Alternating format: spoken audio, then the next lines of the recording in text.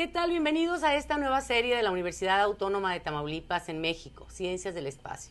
En el programa anterior dimos inicio y presentamos a ustedes a quien estará con nosotros durante la serie, el doctor Ramiro Iglesias Leal, experto en temas del espacio. La semana pasada le presentamos a usted el currículum completo del doctor, pero nos gustaría mencionarle nuevamente que además de sus estudios de medicina interna en París y cardiología en Londres y México, así como medicina aeroespacial en la Fuerza Aérea y la NASA de los Estados Unidos, ha trabajado en el campo de la investigación aeroespacial, ofreciendo conferencias en diversas partes del mundo. Sus últimos libros son La ruta hacia el hombre cósmico y Cardiología aeroespacial. Hoy, nuevamente con nosotros, el doctor Ramiro Iglesias Leal, a quien saludamos con mucho gusto. Nos da mucho gusto, doctor, tenerlo nuevamente aquí en Ciencias del Espacio. El gusto es para mí. Muchas gracias. Doctor, y para iniciar este segundo programa de la serie, bueno, pues tendríamos que preguntarle, ¿qué entendemos por espacio exterior? Hablaremos en esta ocasión sobre lo que hay más allá de la atmósfera, las características del espacio exterior. ¿Qué es espacio exterior? Se considera el espacio exterior pues todo lo que existe más allá de la atmósfera terrestre. Y hay 3 niveles de espacio exterior. ¿En qué nivel o a qué altura termina la atmósfera terrestre? Aproximadamente a los 700 kilómetros de altura. Allí en ese límite las moléculas de aire tan rarificado en esas altitudes ya no chocan unas contra otras y entonces se considera ya que no existe pues atmósfera, no existe aire. Bueno, los 3 niveles decía es el espacio ultraterrestre, el espacio extraterrestre, se considera realmente que es el espacio interplanetario, o sea, lo que comprende el sistema solar. Uno más sería el que existe entre las estrellas de nuestra galaxia. Sería el espacio interestelar. Y el tercer nivel es ya todavía mucho más lejano, es el que existe entre las millones y millones de galaxias que existen en el universo. Los 2 primeros, o sea, el espacio interplanetario y el espacio interestelar, han sido ya surcados por naves, algunas ya tripuladas como los vuelos a la Luna y las misiones en órbita. El espacio interestelar solo por algunas naves, por ejemplo, Pionero 10 y 11 y Viajero 1 y 2 de la NASA, que están ya más allá del límite del sistema solar, están en pleno espacio interestelar, enviando información constante desde hace ya varios años. Me imagino que esta diferencia entre los espacios interplanetario, interestelar e intergaláctico tienen características, bueno, muy diferentes.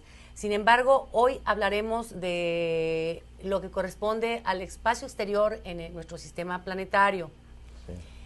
Nosotros vemos, doctor, vemos hacia el cielo en una noche estrellada, especialmente en el campo, que es en donde se ven las estrellas, y uno ve ese maravilloso espectáculo de estrellas.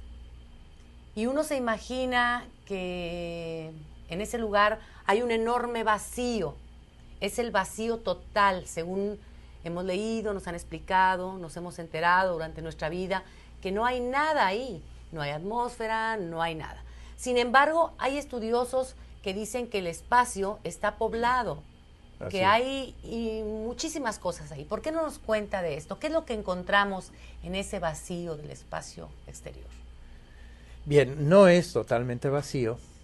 Aparentemente, de acuerdo con los estudios de radiotelescopios, de telescopios de luz infrarroja, luz ultravioleta, etcétera, etcétera, el espacio interplanetario y los demás tienen un alto contenido de materia. muy muy dispersa, muy diluida y todo, pero existen moléculas de gases en nuestro espacio interplanetario, existe polvo, existen partículas muy pequeñas que son micrometeoros o meteoroides del tamaño de un granito de arena, pero existe además trozos de roca, de metal, etcétera, viajando en todas direcciones, algunos en órbita solar y otros sin ningún concierto. Y hay también asteroides, y hay cometas, y hay, en fin, una serie de objetos que por lo mismo no deben considerarse como un vacío total. Para fines fisiológicos, para fines de la industria o lo que usted mande, pues puede considerarse un espacio ideal o un espacio casi completo, pero no lo es exactamente. Doctor, nosotros sabemos que todo ese tipo de fragmentos, de asteroides, de piedras, metales que están en el espacio, bueno, en determinado momento vienen a caer a la Tierra, pero se dice que al cruzar la atmósfera muchos de ellos se desintegran. Así es. A mí me preocupa esta búsqueda de la que hablamos en el programa anterior del hombre a vivir en el espacio, en donde va a estar a la merced de este tipo de meteoritos o de basura espacial que puede golpear las estaciones. ¿Qué tan probable o qué tantas probabilidades hay, qué tan cerca están de la Tierra este tipo de asteroides, qué tan peligroso es? ¿Se ha contemplado algún tipo de protección para las estaciones espaciales que se piensan construir?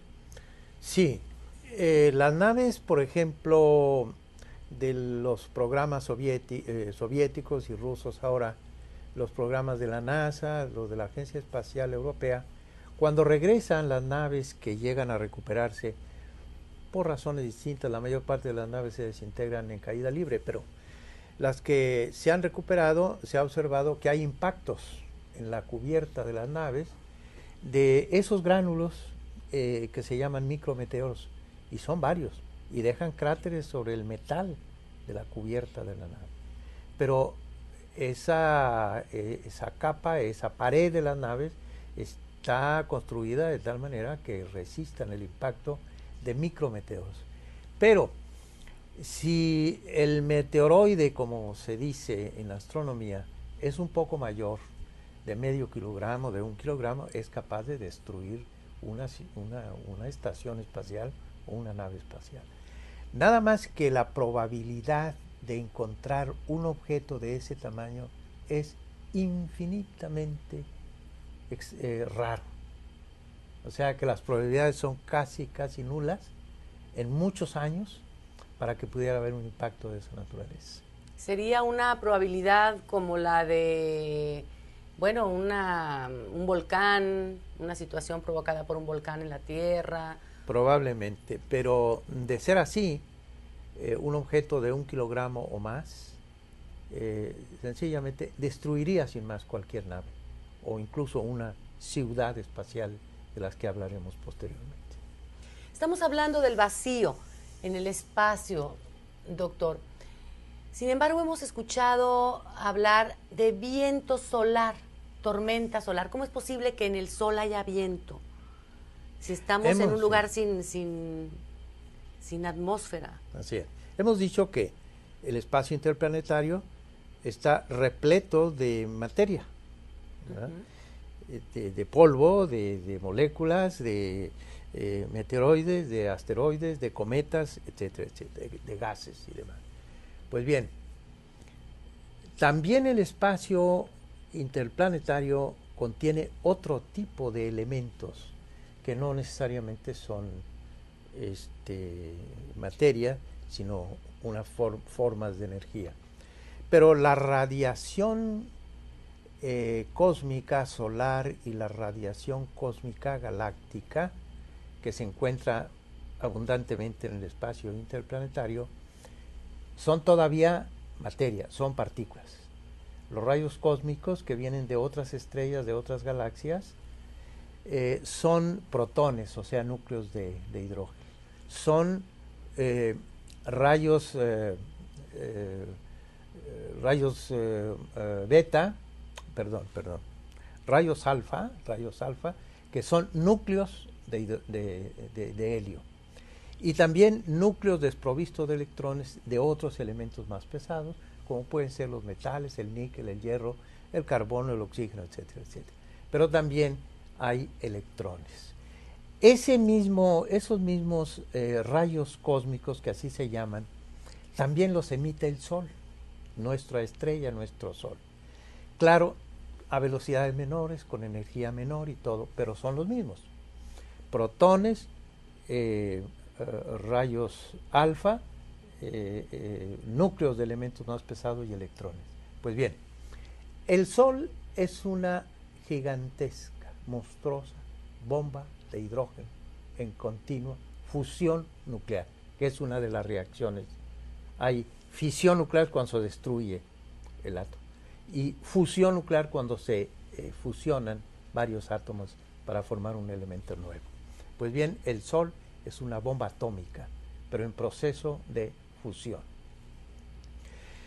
Y en ese proceso, donde hay calentamientos hasta de 16 millones de grados en el centro, hasta 5.000 o 6.000 grados en la superficie, se emite explosiones o un flujo constante de material procedente del Sol, consistente en esos rayos cósmicos solares. Pues esa emisión constante que emite el Sol en todas direcciones en el espacio interplanetario se llama viento solar. Eso es el viento solar. Es. Ahora, también hay tormentas solares. Así es. Pero esa es una intensificación de la cantidad de rayos cósmicos solares cuando el Sol entra en efervescencia y tiene explosiones gigantescas cada 11 años más o menos, y a veces en el inter de esos 11 años hay emisiones gigantescas de varios centenares de kilómetros de altitud, y entonces la emisión de esos rayos cósmicos solares es mucho mayor y se llama tormenta solar, que tiene repercusiones muy importantes en la Tierra. Doctor, ¿cuáles serían estas repercusiones de las tormentas solares en nuestro planeta? Son muy importantes y a veces graves. Cuando hay una emisión gigantesca de material ionizado procedente de la superficie solar, llega a la Tierra a una velocidad, esas partículas, de unos 400, 500 kilómetros por segundo, y al ponerse en contacto con la atmósfera terrestre, pero sobre todo con el campo magnético terrestre, aquí hago un pequeño paréntesis, nuestro planeta está constituido fundamentalmente de hierro y de níquel. La corteza es una capita menor de roca, en fin, pero nuestro planeta es hierro. Una bola de hierro. Una bola de hierro, que está girando cada 24 horas. Pues ese giro produce corrientes internas muy poderosas que generan un campo magnético, como una barrita de hierro magnetizado, ¿no? Entonces el campo magnético tiene sus líneas de un polo a otro. Pues bien, cuando llegan las partículas a esa velocidad en las tormentas solares, se trastorna el campo magnético y se trastornan las condiciones atmosféricas. Hay precipitaciones muy severas, hay sequías prolongadas al revés, hay, digamos, efectos sobre las transmisiones de radio de onda corta y también de televisión, porque una de las capas de la atmósfera superior, que contiene 2 o 3 capas de electrones, se reúnen en la noche y son las que hacen rebotar las ondas de radio de onda corta, y es como nos podemos escuchar en cualquier parte del mundo, gracias a esa pared de electrones que en la noche se tiene en la atmósfera. Pues eso, el viento, la tormenta solar lo destruye. Por lo tanto, se trastornan las comunicaciones, las corrientes de alto voltaje, las brújulas pierden su rumbo, y biológicamente también tiene repercusiones, porque las aves, digamos las palomas mensajeras y las aves migratorias, que tienen partículas de magnetita, que son óxido ferroso en sus lóbulos frontales del cerebro, se orientan por el campo magnético, pero los polos magnéticos se trastornan también. Entonces las palomas mensajeras pierden su rumbo, las aves migratorias se pierden, etcétera. Pero además se repercute también en la fisiología humana. Aumenta la psicosis, la neurosis, las clínicas. Se ha observado en Canadá, por ejemplo, en un estudio que se está haciendo observacional desde hace varios años, médicos canadienses con astrónomos alemanes, de que cada 11 años los trastornos del ritmo cardíaco, la psicosis y neurosis son mucho más abundantes, mucho más frecuentes cada 11 años, que es cuando tiene que ver con las tormentas solares. Entonces, como ve usted, las tormentas solares tienen grandes repercusiones sobre la física y la vida en nuestro planeta. Bueno, hemos oído todo el tiempo, doctor, que la luna, por ejemplo, afecta a las mareas. Me imagino que si esto sucede con la luna, que refleja el sol solamente, pues ya me imagino lo que significa estas tormentas solares en un cuerpo celeste mucho más grande. Acaba usted de tocar otro elemento, pero que es una fuerza, la fuerza gravitacional que existe en el espacio interplanetario y los demás. Sí, todo cuerpo físico tiene un poder de atracción, de acuerdo con su masa. Ok. De acuerdo con no vamos a mencionar exactamente las leyes de gravedad y las leyes de atracción gravitacional de Newton. Pues la luna, que está cerca de nosotros, es un cuerpo macizo y por lo tanto también ejerce atracción. Y cuando la luna enfrenta los lugares de grandes lagos y sobre todo los océanos, levanta las aguas de los océanos cuando va pasando encima, pues medio metro o quizás un poco más. Pero cuando circunstancialmente se alinea el Sol y la Luna, el poder de atracción se suma, el de la Luna y el del Sol, y entonces vienen las mareas altas, que son de 1 metro o más. Todo está estrechamente relacionado, aunque parezca que estamos tan distantes del Sol, tan distantes de la Luna. ¿Cómo es posible que tengamos este tipo de reacciones generadas por estos cuerpos celestes que parecen inalcanzables? Estamos viendo ya en la ciencia que algunos sabios de la antigüedad que atribuían efectos a los astros, pues sí, científicamente se está viendo que hay algún tipo de efectos. Claro, diferentes a los que supusieron en otros tiempos, pero la ciencia, por supuesto, está demostrando que hay una interacción estrecha, no solamente con la Luna y el Sol, sino muy probablemente con otros cuerpos celestes más distantes. Fíjese nada más, qué interesante, doctor. Y bueno, además de todo esto que nos comenta que existe en el espacio exterior, todas las características que tiene, hay otras que usted nos había mencionado fuera de cámara y que nos parece también importante pues escuchar su comentario, que son las radiaciones.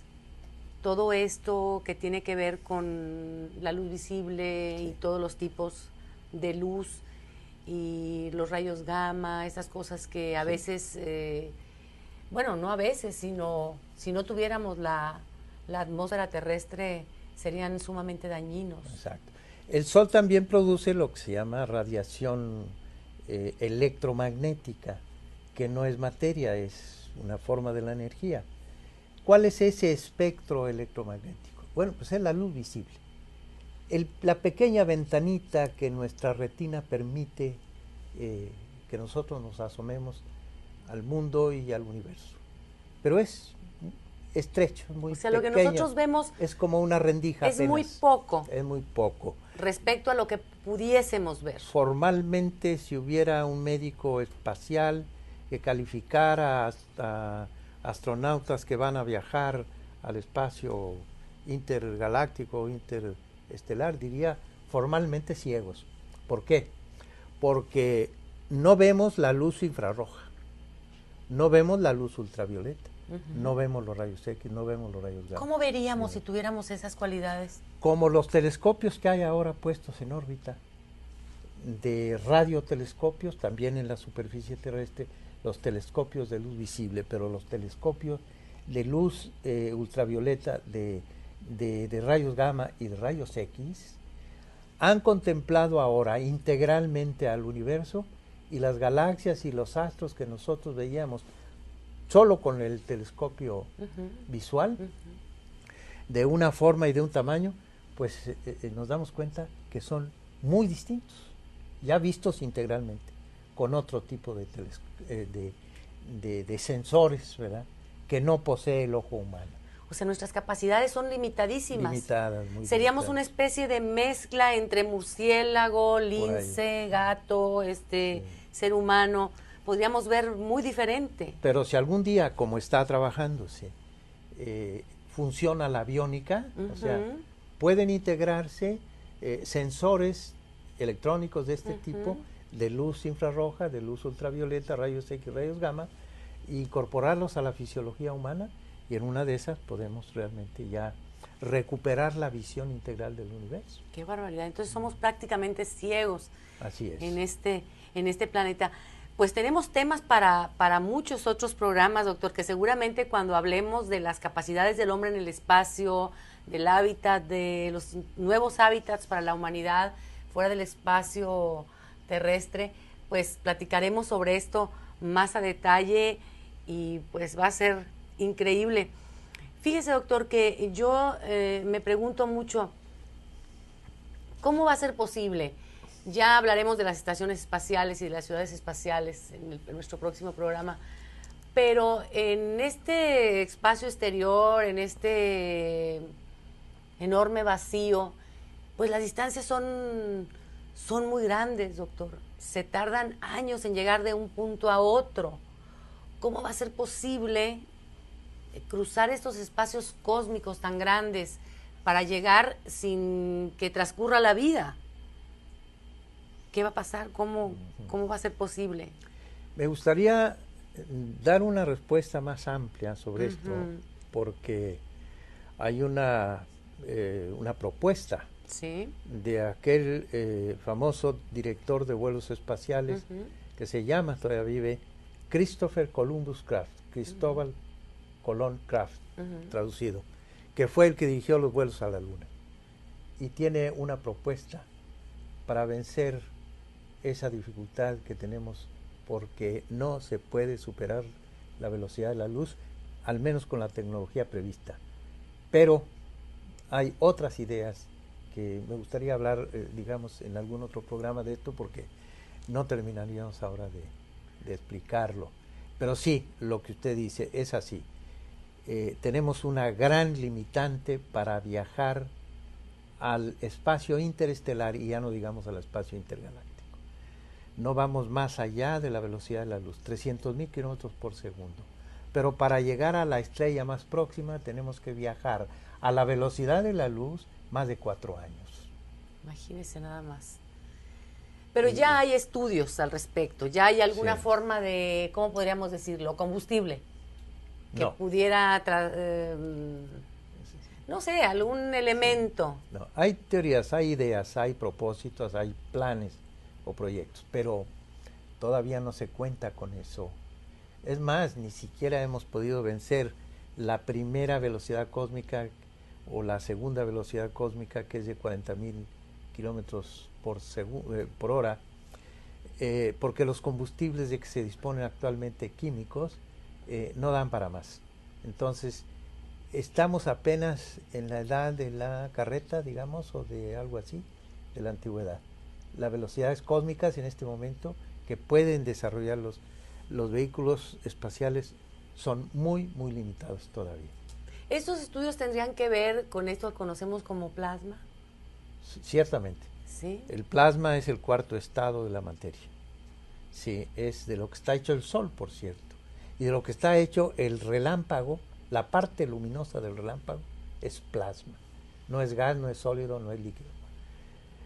o lo que vemos en un cortocircuito en cables de alta tensión, eso, lo que se ve, la chispa, ¿verdad? Formidable que se ve, eso se llama plasma. Esa Pues sería una posibilidad. Se está trabajando en eso y las velocidades se incrementarían notablemente. Entonces a la Luna, en lugar de 3 días que se hacen con las velocidades actuales, se haría en 3 horas, por decir algo. Y en lugar de 6 meses, cuando los planetas Tierra y Marte están más cercanos, en lugar de 6 meses, 7 meses, se harían en unos días, cuando ese combustible esté en práctica. Por cierto, un astrofísico de origen costarricense con ascendencia china, Franklin Chang Díaz, que ha estado con nosotros. Claro, lo hemos visto con usted en unas fotografías. Así es. Él está trabajando sobre eso, en la NASA y en el Instituto Tecnológico de Massachusetts. Entonces, en poco tiempo estaremos ya contemplando otro tipo de naves espaciales. Pues va a ser tema precisamente de un nuevo programa, doctor. Quisiera preguntarle por último, ya que siempre se nos quedarán con usted muchísimas preguntas en el tintero, dado lo interesante del tema. Para poder viajar al espacio, ahí nos comentaba usted sobre los sistemas ecológicos sellados. Mire, antes de salir de la atmósfera, tenemos equivalentes espaciales desde el punto de vista de la vida humana. Más allá de los 15 kilómetros de altura, si no tenemos presión, si no comprimimos aire y llevamos una porción de nuestra atmósfera más arriba, de los 15 kilómetros ya no se puede respirar ni con oxígeno a presión. Arriba de los 20 kilómetros, fisiológicamente también equivalente al espacio exterior, hierven los líquidos, los gases disueltos en la sangre, etcétera, se evaporan y demás. Y los 80 kilómetros también es equivalente, 80 kilómetros de altura es equivalente al espacio exterior, porque las naves aéreas ya no se sustentan y entonces tiene que ser navegación espacial. Y a los 100 kilómetros ya la luz solar no es reflejada por el aire, por la atmósfera, se inicia el espacio, o digo, el silencio absoluto del espacio y la oscuridad absoluta del espacio. La verdad que, como ve, mucho antes de salir de la atmósfera, necesitamos sistemas ecológicos sellados, ecosistemas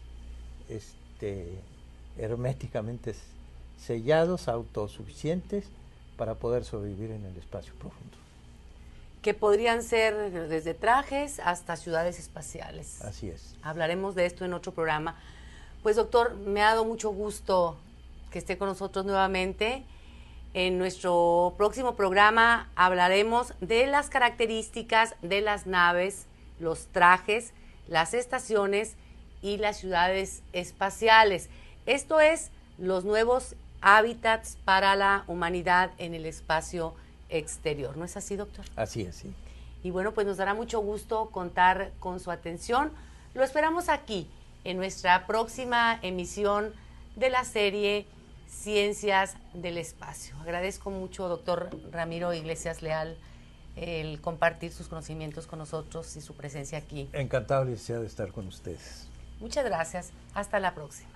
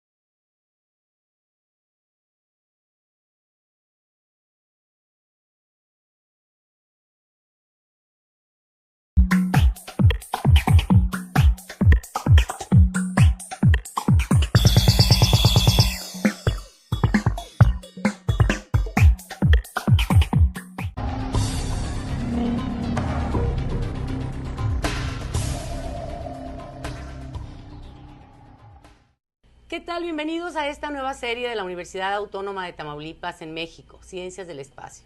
En el programa anterior dimos inicio y presentamos a ustedes a quien estará con nosotros durante la serie, el doctor Ramiro Iglesias Leal, experto en temas del espacio. La semana pasada le presentamos a usted el currículum completo del doctor, pero nos gustaría mencionarle nuevamente que además de sus estudios de medicina El gusto es para mí, muchas gracias.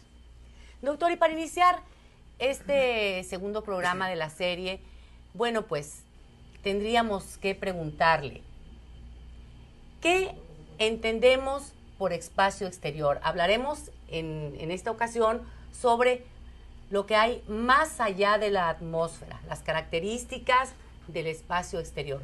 ¿Qué es espacio exterior? Se considera el espacio exterior pues todo lo que existe más allá de la atmósfera terrestre. Y hay 3 niveles de espacio exterior. ¿En qué nivel o a qué altura termina la atmósfera terrestre? Aproximadamente a los 700 kilómetros de altura. Allí en ese límite las moléculas de aire tan rarificado en esas altitudes ya no chocan unas contra otras y entonces se considera ya que no existe pues atmósfera, no existe aire. Bueno, los 3 niveles decía es el espacio ultraterrestre, el espacio extraterrestre, se considera realmente En París y cardiología en Londres y México, así como medicina aeroespacial en la Fuerza Aérea y la NASA de los Estados Unidos. Ha trabajado en el campo de la investigación aeroespacial, ofreciendo conferencias en diversas partes del mundo. Sus últimos libros son La ruta hacia el hombre cósmico y Cardiología aeroespacial. Hoy, nuevamente con nosotros, el doctor Ramiro Iglesias Leal, a quien saludamos con mucho gusto. Nos da mucho gusto, doctor, tenerlo nuevamente aquí en Ciencias del Espacio.